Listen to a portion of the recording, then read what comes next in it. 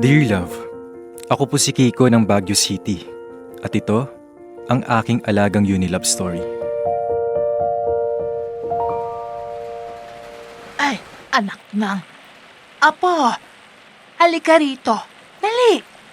Basang-basa ka sa ulan, Diyos ko. Mano po, Lola? Aba, tignan mo tong batang to. Parang basang sisiw. Bakit ka naman nagpaulan? Sorry po, Lola. Hindi ko po talaga inakali. Akala mo sinong hindi tatablan ng ulan. Tapos ngayon, parang sinisipo na. Ay, maligo ka. Gamit maligamgam na tubig. Itong Neozep Z plus Forte. Oh, para makatulong na gumaan ng sintomas ng sipon mo. Mabuting maagapan kaysa mapabayaan. Achoo! Ay, salamat po, La. Parang butika na rin kayo niyan no? Siyempre, para sa apo kong asaway. Pag hindi ko inaasikaso, sinisipon agad. Mahal na mahal niyo po talaga ako, Lola, no? Paulit-ulit ang mga paalala ninyo. Aba, dapat lang. Manawa ka sa pagpapaalala ko sa'yo. Mas mabuti na yon kesa naman bitbitin ka pa namin sa doktor. O siya, habang nagpapalit ka ng damit, magtitimpla ako ng mainit na tsaa, pampainit ng katawan. Lalagyan ko ng luya, kalamansi at konting honey para hindi mapait. Ay, naku, wow naman. Pang-spa ang peg ni Lola. Aba, natural. Iba ang timpla ng lola mo. Hindi mo makakalimutan. Swerte ko po talaga sa inyo, La. Ikaw ng ultimate Lola goals. Abay, wag mo akong bulahin. Maligo na at na makapagbihis na ng tuyong damit. Opo. May telenovela pa tayong aabangan, di ba? Achoo! Ay, oo. Alam mo, sa tingin ko, luluhod na yung kontrabida ngayon. Ay, naku, kung nandito lang din ho si Mama ngayon, La. Baka pinapagalitan na tayo kakanood ng telenovela. Eh, yung mama mo, nung bata pa yun, mas adik pa sa drama sa akin. Pinapagalitan ko nga dati, lagi sa harap ng TV. Talaga po ba? Parang hindi ko ma-imagine si Mama eh. Kinikilig sa artista. Namimiss ko na rin siya makabanding, La. Pero masaya ako na ikaw ang kasama ko ngayon, La. Ay, nako, apo. Miss ko na rin ang mama mo. Siya, tama ng drama natin. Bilisan mo na. Opo, ito na po.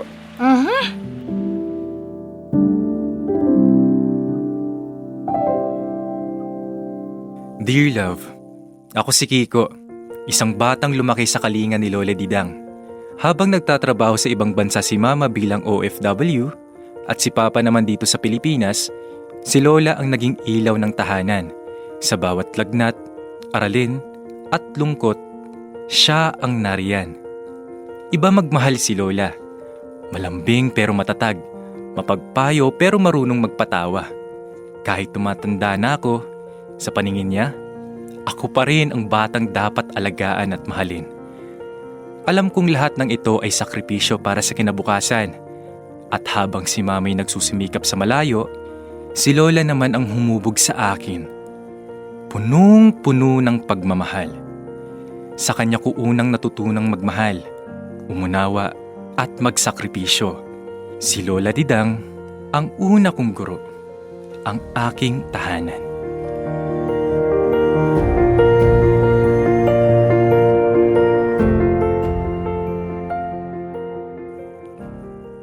Kiko! Apa, nakausap mo na ba ang mama mo? Po? Hindi ko po nasagot ang tawag nila eh. Napapansin ko na parang hindi ka nasasabik na makausap siya. Hindi naman po sa ganun, La. Hindi ko lang po natsempuhan. Minsan po kasi hindi ko rin alam kung ano ang kikwento ko sa kanya eh. Baka naman may tampo ka na sa mama mo, ha? Hindi mo lang sinasabi. Ewan ko po, La. Hindi naman po ako galit. Pero Parang ang hirap lang kumonekta. Malayo na nga kayo sa isa't isa. Hindi ka pa gumagawa ng paraan para magkalapit kayo. Apo, anak ka niya. Nasasaktan din siya dahil hindi kayo magkasama. Gaano man kahaba ang pagitan ng lugar at panahon, kayong mag-ina pa rin ang magkaugnay. Opo, naiintindihan ko naman po yun.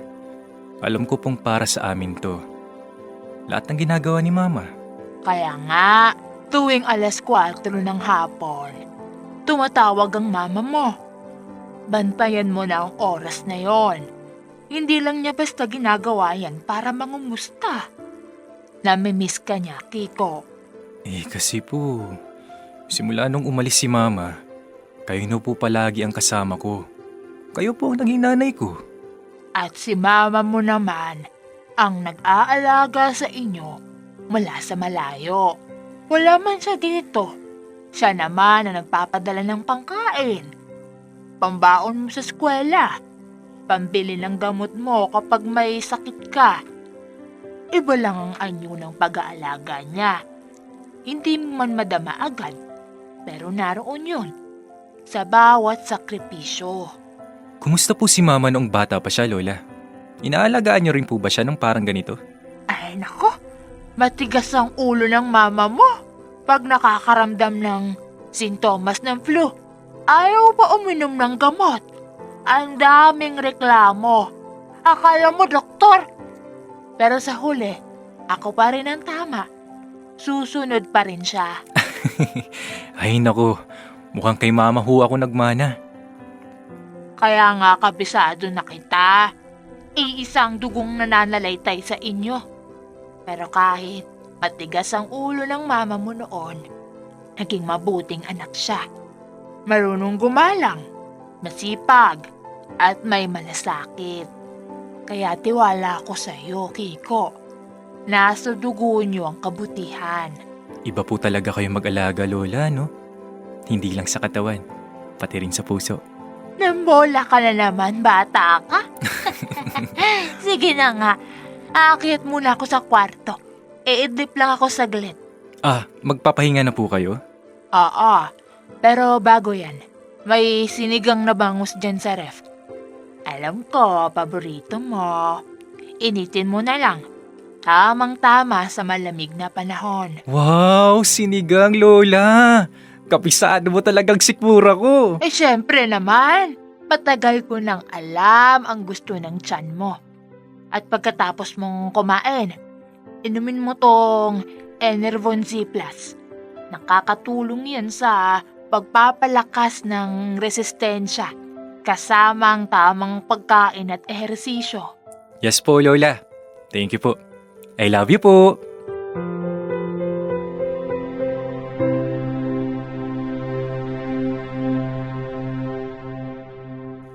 Kiko, apo, may ginagawa ka ba?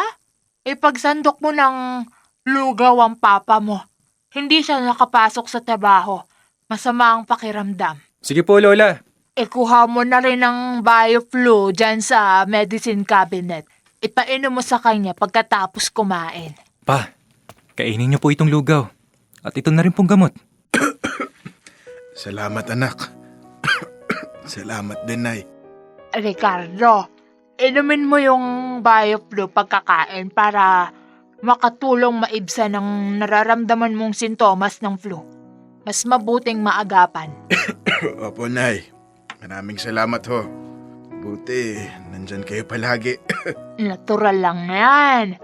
Pero, Ricardo, hinay-hinay sa trabaho. Opo, Nay. Nare-realize ko na rin ho ngayon. Mabuti at nakausap mo na si Melda. Sabihin mo sa kanya huwag mag-alala. Opo, Nay. Napanatag po nang sabihin kong inaasikaso niyo kami ng maayos. Tama po si Lola, pa. Huwag niyo pong i-stress ang sarili niyo masyado. At ikaw din, Kiko. Huwag kakalimutang uminom ng Enervon Z+ araw-araw. Kasabay ng tamang pagkain at regular na ehersisyo. Opo, Lola. Huwag po kayong mag-alala. Iniinom ko po palagi. Yan ang gusto kong naririnig. Wala naman akong maipamamana sa inyo kundi mga bilin. Wala akong kayamanan. Kaya pagyamanin ninyo ang mga payo ko. Alagaan ang katawan. Salamat po, Nay. Kiko, samahan mo ko sa palengke. Pagkatapos, dadaan tayo sa simbahan. Sige po, Lola. Sandali lang po at kukuha ko ng bag. Bago ko makalimutan, dalhin mo ang... Payong! Opo, La. Hindi ko po makakalimutan yan. Mabuti't natandaan mo na. Tara na po, La.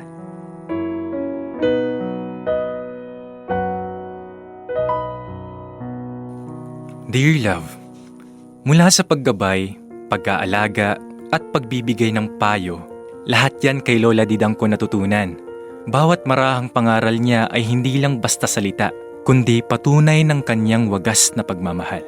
Hindi man marangya ang aming pamumuhay, ramdam ko ang yaman. Yaman sa malasakit, pag-aaruga at pangunawa. Iyon ang pamana niya sa amin. Isang kayamanang hindi nasusukat ng pera, hindi nakikita, pero kailan may hindi mawawala. Pero gaya ng buhay, ang gabay ay hindi habang panahon. Dumating din ang araw na nawala si Lola. Mahirap, masakit. Walang katulad ang lungkot ng hindi na marinig ang boses o maramdaman ang haplos ng taong nagpalaki sa'yo. At doon ko natutunan ang pinakamahalagang leksyon. Ang tunay na yaman ay hindi ang laman ng bulsa, kundi ang kabutihang iniwan sa puso.